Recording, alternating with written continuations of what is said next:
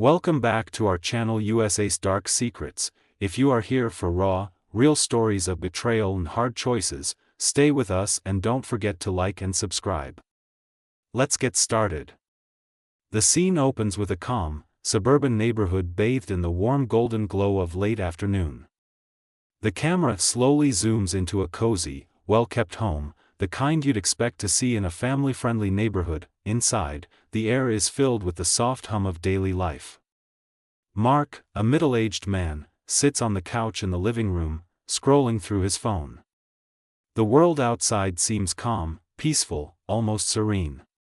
But beneath the surface, something is about to unravel that will shatter everything. Mark's wife, Lisa, is in the kitchen, humming as she prepares dinner.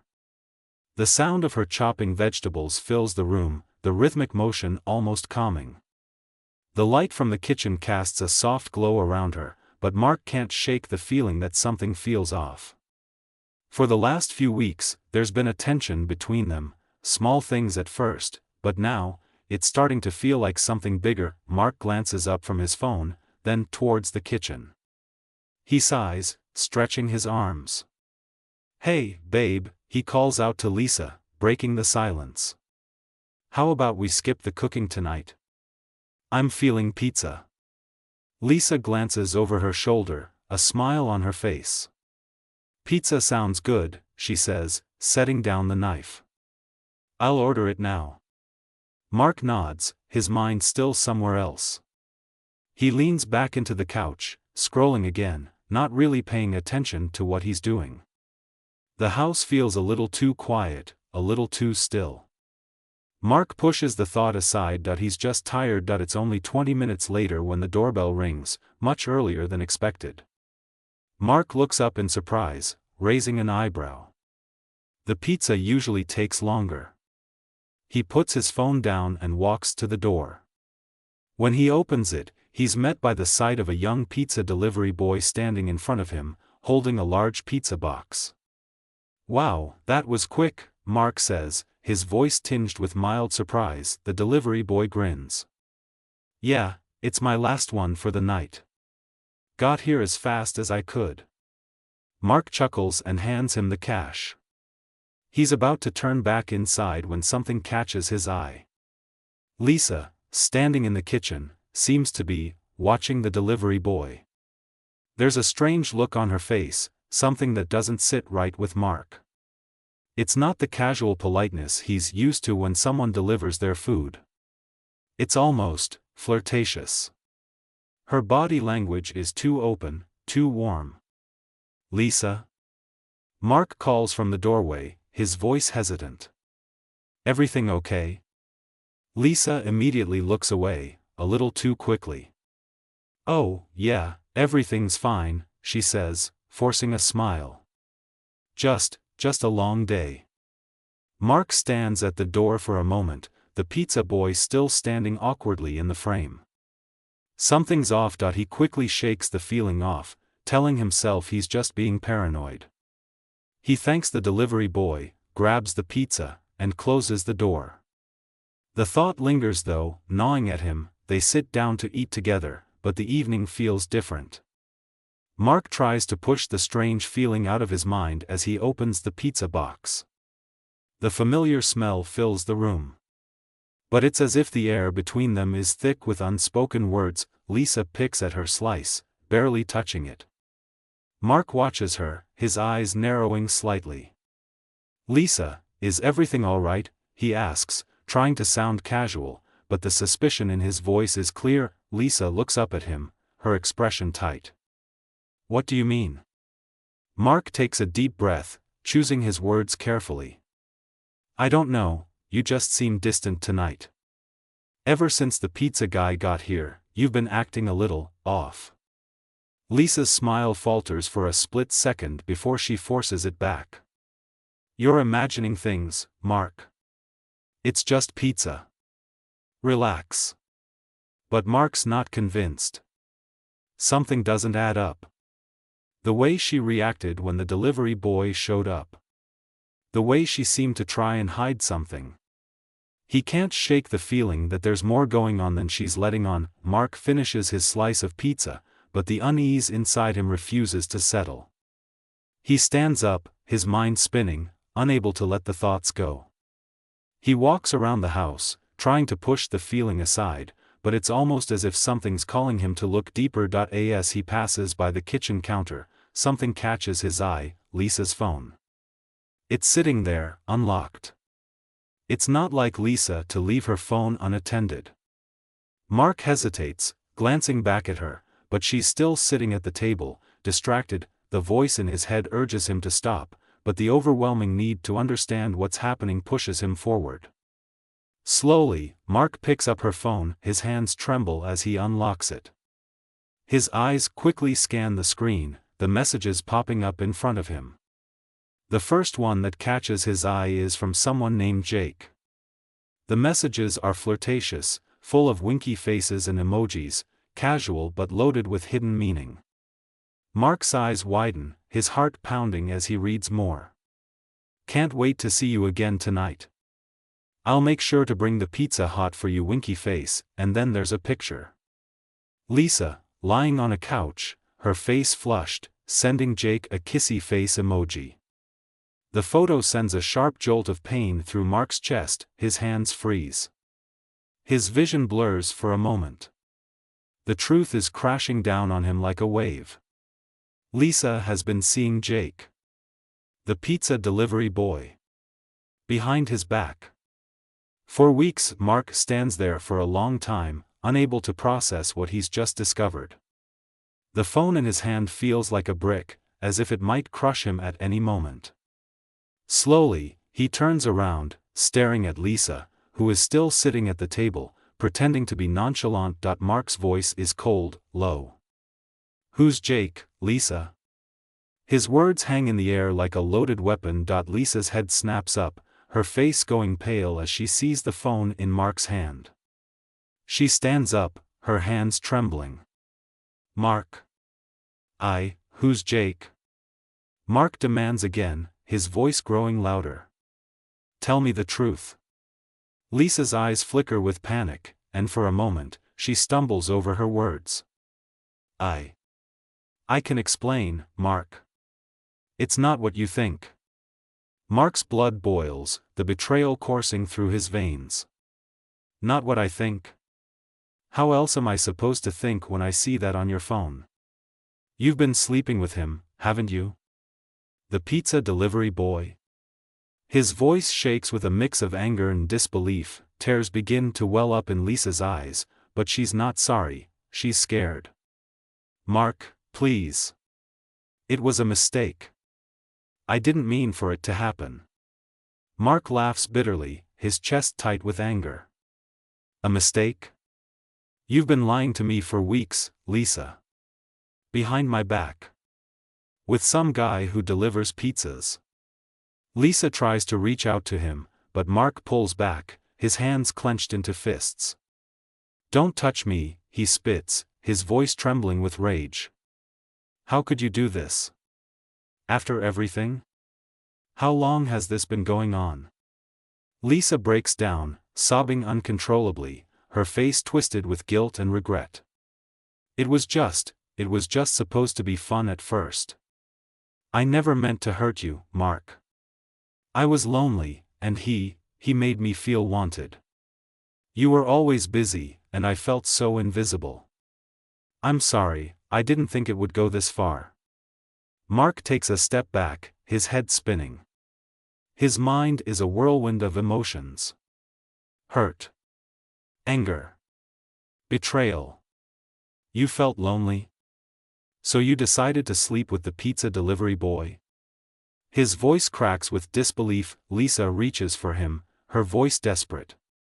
"Mark, please. Please don't leave me. I made a mistake. I'll do anything to make it right. I love you." Mark shakes his head, his heart heavy with the weight of the truth. "I don't know if I can ever trust you again, Lisa. You've destroyed everything. I don't even know who you are anymore." Lisa falls to her knees, tears streaming down her face. "I'm so sorry. I love you. Please, don't leave." But Mark is already walking out the door, his heart breaking with every step. The house, once full of love and promise, now feels empty. Silent. The finality of the moment crashes down on both of them. The camera lingers on Lisa, broken and alone, her sobs echoing through the empty house. Mark's silhouette fades as he walks away, leaving everything behind. The truth has shattered their world, and it's impossible to know if there's any way back. As Mark walks out of the house, the door slams behind him with a finality that sends a chill through Lisa's spine.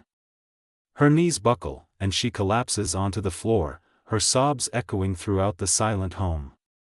The house, once filled with love and warmth, now feels cold and hollow. She's left alone in the ruins of her betrayal, overwhelmed with guilt and fear. Outside, Mark's feet move like they're on autopilot. His mind is a blur of emotions: anger, disbelief, betrayal. How could she do this to him? To their family? To everything they had built together? The images on her phone, the flirtatious texts, the intimate photos, the promises she had made to another man, feel like a dagger in his chest, twisting with every thought. His car sits in the driveway, engine idling, waiting for him. But he doesn't move toward it. Instead, he stands there, staring blankly at the ground, his hands shaking. He feels the weight of everything crash down on him: his marriage, his trust, his entire life, all slipping through his fingers. His phone buzzes in his pocket, interrupting the chaos in his mind. It's a message from Lisa. He hesitates before unlocking his phone. The words appear on the screen: "Mark, please come back. I'm sorry. I made a huge mistake. I never meant to hurt you. I love you. Please don't leave me like this. I'll do whatever it takes to fix this. Please, just talk to me." Mark stares at the message, his hands clenching into fists. The words are pleading, desperate, but they feel empty now. How could he trust her again after what she's done? After everything she's hidden from him? His thumb hovers over the screen as if trying to decide whether to respond. But deep down, he knows the answer. Nothing she can say will change the fact that the trust is broken beyond repair. He locks his phone and shoves it back into his pocket, walking towards the car with slow, deliberate steps. The engine roars to life as he pulls away from the driveway, leaving the house behind. Leaving Lisa inside. Lisa watches through the window as Mark drives away. Her heart feels like it's being ripped from her chest. She had never imagined this would happen. She never thought her actions would lead to this kind of devastation. She gets up from the floor, her legs weak, and stumbles toward the living room. She grabs her phone from the kitchen counter, her hands trembling as she reopens the message. "Please, just talk to me."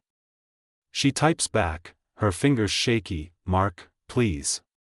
I'm sorry. I can't lose you."